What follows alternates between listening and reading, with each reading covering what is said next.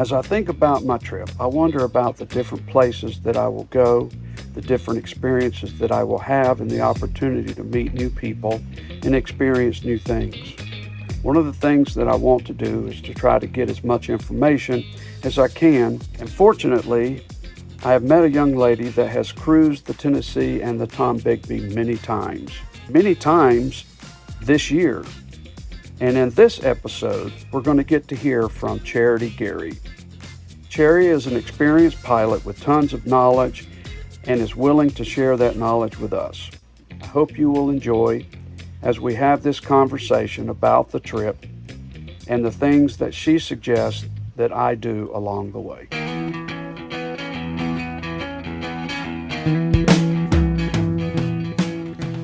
Little did I know, as I walked down this trail with Deb 48 years ago, that I would be cruising Still the One, my Sundancer 380, down the Tennessee River, south on the Tombigbee known as the Tin Tom, and southeast across the Gulf of Mexico to Tampa Bay.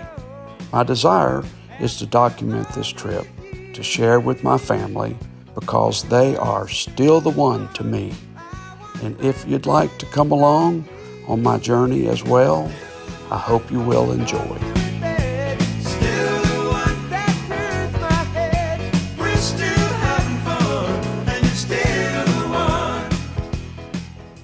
So Charity, would you mind introducing yourself and giving the folks a little bit about your experience and credentials? Yeah, I'm Charity Garey, and I formerly owned Lakeshore Marina. I currently own BoatersPlus.com, which is an online boating supply store. I also work as a yacht broker for Curtis Stokes and Associates, and I work as a private training and delivery captain with a master's and 100-ton six-pack license with a towing endorsement. So lots of training classes, lots of experience. I've done over 20,000 miles by water in the last 2 years. Wow. And I've been up and down the Tin Tom 5 times this year. Wow. Awesome. What is the one thing you look forward to the most when you're making the trip? Just being out and on the water is the most positive part of the experience. I just love all the different scenery and all the different boats I get to be on, different people we meet. Cool. What would you say is the most dangerous part of your trip? Just watching the weather. The weather is probably the most dangerous thing we encounter. Even on the rivers? Even on the rivers, you can get some bad days. I've encountered 2 tornadoes in the past year. Oh, yeah. Well, that's not fun. And what would you consider dangerous weather? The tornadoes, cloud-to-ground lightning, because anywhere you're out on the water, you're exposing yourself. And you can't rush to cover like you can on land. Yes. Have you ever had a boat struck by lightning? I have not. Oh, that's good. I see the sailors, and they talk about getting struck on their sailboats, but they have this, big stick in the air that says, "Come strike me." That is true. Yeah. And so, can you tell us a little bit about what are the best, areas to stop for the night? My plan is to basically cruise at 10 miles an hour. If I can get 80 miles a day, even considering the locks and how long it might take me to get through some of the locks, then I would consider that a pretty successful day. But I also don't put any pressure on myself as far as making a certain destination, because that, I understand, can get you into trouble as well. Well, I always say once you get on the water, you're on river time. You can't be on a schedule. You have to be flexible. Absolutely. And but so leaving from Chattanooga, what area would you think that I could possibly get to with that mindset of around 10 miles an hour? Around 10 miles an hour, I'd probably stop off in the Gunnersville area. Mm-hmm. I think Scottsboro is like 90 miles. Yep. And then Gunnersville is more like 110, something like that. Scottsboro, they do have a restaurant there and good transient. They've got service and they have fuel docks. So that's always a good spot. But if you want to make a little bit more distance, Gunnersville gets you closer to the lock, and you've got All Red Marina right there. It's right off the channel, easy in, easy out. The downside there is there isn't a restaurant, so you will need a plan to eat on the boat that night. You might find an Uber, but not likely. And they do not have courtesy cars or anything at All Red. Okay. Then once that point, we've gotten past that point, what would be another good area that you would target to try to get to? Probably Florence Harbor. Mm-hmm. You might be able to make further than that. The factor right there is going to be Wheeler-Wilson Lock. Right. Because Wilson's only letting people through, I think it's at 6 a.m., 1 to 3 p.m., and then at the end of the day after the commercial traffic, they'll let some through, but they're no longer operating or letting pleasure craft through after dark. So once you get through Gunnersville Lock, you'll want to go ahead and call Wilson and just find out what their scheduling's looking like, because if they say that you have to get through today or at a certain time, otherwise it may be a 6-8 hour wait. So we've been through that lock at 3 a.m. if we've had to do it, because it just holds up a whole nother day if you don't make that lock when they'll let you through. And whatever Wilson says, then you'll want to refer back to Wheeler. It's the one before it, but Wilson's the one that hangs up, and there's nothing in between Wilson and Wheeler for you to stop at. So if you are backed up, you'll want to stop at Joe Wheeler State Park, which is just before the Wheeler Dam.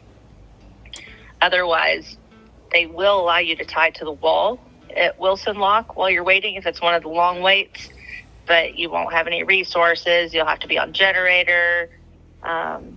It's just not an ideal situation when you could be somewhere else enjoying something more beautiful. Yeah, for sure. Well, that's great advice, and I'm like I had told you before that I'm cruising a Sundancer 380. Yeah. And a lot of it, most of the trip, I'll be by myself. Is there any locks that you know of that will not allow me to lock through by myself? Not that I'm aware of. Okay. I had seen some other videos where somebody had mentioned something about a 70-footer had to have at least 2 people. Anything over 70. Well, in the Okeechobee, you would need 2 people because they don't have floating ballards, and you have to untie and tie your lines the entire time going up and down. Okay. And so that would be a real challenge for a single-handed person. But all the ones on the Tenn-Tom and the Tennessee River, they're all floating ballards. So you just tie one line at the center cleat and ride it up, ride it down. Yeah. Yep. So once you get past Wilson, what are you looking for the next stop in your mind? If you can make some pretty good time at 10 knots, I mean, you might want to stop at Aqua. It's only 60 miles to there, but it's a good stop. They do have a courtesy car if you need provisions. Freddie T's is a good restaurant right there. Again, they do have fuel, and they have service if you need it. However, if it's early in the day and you can keep on going, you have the option of Bay Springs, which gets you probably, I want to say that's maybe 15 miles further. Mm-hmm. It's right before the first lock coming down the Tenn-Tom. Okay. And then your next option for a spot from Aqua to the first marina, which is Midway Marina that we usually stop at, it's only about 47 miles, I think. But you have 3 locks as well. So it just depends on how you can hit those locks, how long it actually takes. Right. I just did that 2 days ago, and we made it in 5 hours, running about 10 knots. Okay. Because we hit those locks just perfect. Well, I dare say that none of that will be like that for me. You never know. When you start the first lock, I always call. Yes. Right when I leave and just make sure there's not a bunch of commercial traffic. Because if there's a whole bunch of commercial traffic, there's no reason not to just take a leisurely pace and take your time, because you know you're not going anywhere once you get there anyways. Right. But when we got out of the second lock this last time, they told us the lockmaster will give you lots of information as you're going through, and they'll ask you questions to help you on your way. They message ahead to the next lock and let them know you're on your way. And so they knew already that there was going to be a shift change. And they told us, they said, there's going to be a shift change at the next lock. If you can get there within the hour, it won't affect you. But if you don't make it in that hour, it could be a couple-hour wait. And so there's times that you might want to throw your 10-mile-an-hour trip to the wind and go ahead and get underway just to make a next lock, because that, a few miles might make a huge difference in your day. Yeah, fuel cost versus time. Yep. So then what are you looking for after that? After Midway, you could stop at Columbus. I'm not a big fan of the Columbus, only because the approach to the marina, it's really sketchy. It's kind of windy in there, and if you don't quite follow their path, there is about 20 feet of depth if you follow their path. And during the day, you're probably okay. Follow your charts really close. Right. But at night, it's really difficult. Right. So Kingfisher and Demopolis is probably where I would head to. Okay. And then after Demopolis? After that, the only other option is Bobby's Fish Camp. I've heard about Bobby's Fish Camp. And there is absolutely no services there. You want to plan on eating on your boat. Yep. I've got the boat pretty well provisioned for just about any circumstance. I probably got enough food for the whole trip on here, but basically I went with a lot of non-perishables. And typically what we do is we plan for breakfast and lunch on the boat. Yep. Dinner at a marina. Yep. Other than the couple stops that there is not food. Midway has a really good restaurant there. I think it's called Guy's Place. And Demopolis, they've got a courtesy car and some restaurants in town there. And then Bobby's doesn't have anything. And then when you get to Mobile, you can actually tie up to the convention center wall. Okay. You do it online is how you pay for it and reserve it. I think it's $50 for the night, which is awesome. Yeah. And you can walk into downtown Mobile for dinner. Oh, yeah. So that's kind of cool. They don't have any power. They don't have any water or services there, but they do allow you to stop there. And the whole area is a no-wake zone. So it's not like you're getting beat against the wall or anything like that. Nice. The convention center. Yeah, at the convention center. What I've been seeing at doing some research is the average price of a transit slip is around $50 to $60 for my boat. A buck to $1.25 a foot. Does that sound accurate to you? I think it's a little higher than that. A little higher? Okay. Yeah. I would say along the 10-tom anyways, anywhere from $1 to $3 a foot. And then once you get to like Orange Beach and that area, it goes up dramatically depending on what sort of events they're having. Right. What about fuel? What kind of prices did you see along the way this past trip?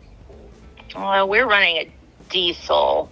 So we're still looking at $6 a gallon for diesel. Mm-hmm. For gas, you're probably down around $4 to $4.50. Yeah, I've been paying $5. Was it $5 here? $4.99 or was it $3.99? Yeah, something like that. $5. And I've seen prices online, and I don't know if they're accurate or not. There was one place that was like $4.30. It depends on what price they pay the day they get their fuel, what price levels are. Right. So if it's someplace that had a really big tank filled up a while back when the prices were high, their prices haven't come down yet because they haven't had to get a new fuel truck. Exactly. That's what I think I've been seeing, along the way. One place was like almost $6 a gallon. I'm going, whoa, for gas? Wow. Yeah, the highest I've paid this year is, I want to say $7.29 for diesel. Yeah. And we talked about this. In California, it was $9.19. Oh my! You did a California trip? That was just a pleasure trip. Yeah, I got you. Yeah, I am estimating from doing a couple of trips on my boat. If I run around 24 miles an hour, 23, 24 miles an hour up on plane, 32, what's that, 33, 3,400 RPMs, I get it's cost me about, what was it, $9 a mile. Mm-hmm. Something like that. Round trip, I went up to the Hiwassee to right there at 75. There's a little, I forget the name of it, a little park. B&B? Yes. And back, it was $600 round trip for that trip. And I averaged like right at 22, 23 miles an hour. There was no boats on the river at that point that I could hardly see, and so I was able to keep it right on cruise the entire trip up and back. Mm-hmm. And then I went downtown and back, and that cost me about $109, $110, something like that, at 10 miles an hour. So I cut my fuel cost in over half at 10 miles an hour versus 23. So that's why I've settled in on around 10 miles an hour at my goal for cost. Estimate the trip to cost me around $4,500 in fuel at $5 a gallon. So we'll see if I get that. Yep. And then, what can you tell me about this boat that that I should be looking out for? Some of the things I should be doing along the trip to the boat. What are the things that you would advise? Well, you're in freshwater. I mean, just the usual, watch your temperatures and things like that. Once you get to saltwater, you'll want to definitely rinse the boat after the end of every day. Right. My boat has a flush system too, so I'm going to take advantage of that. Oh, absolutely. I mean, every morning you're going to check your oil, your transmission fluid, make sure your coolant levels are good. Put the clean oil diapers under your engine so you catch leaks early. Just really be in tune with what's going on with your boat, so if there is a problem that arises, you catch it early. If I using the generator, would you recommend that I check that oil like every day or every? Absolutely. Okay. I hate that because it's so hard to get to. The nice thing about generators is they're usually smarter than we are, and if the oil gets low, they just shut off. Well, that's what I was.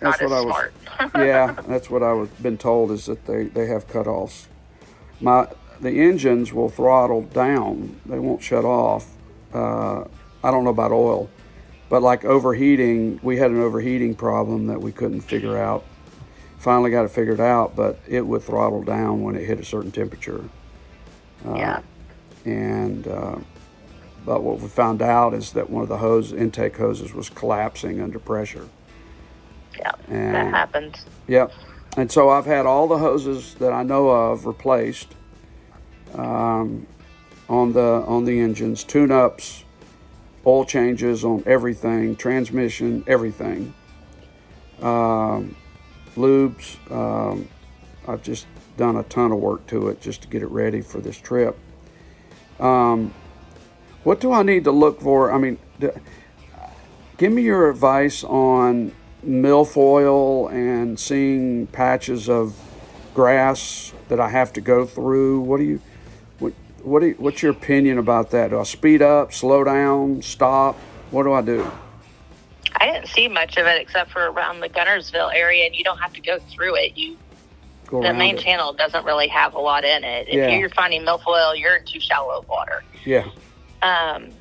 So I wouldn't worry about it too much. I just would stay away from it. It does get wrapped around the props and can get sucked into your strainers. Right.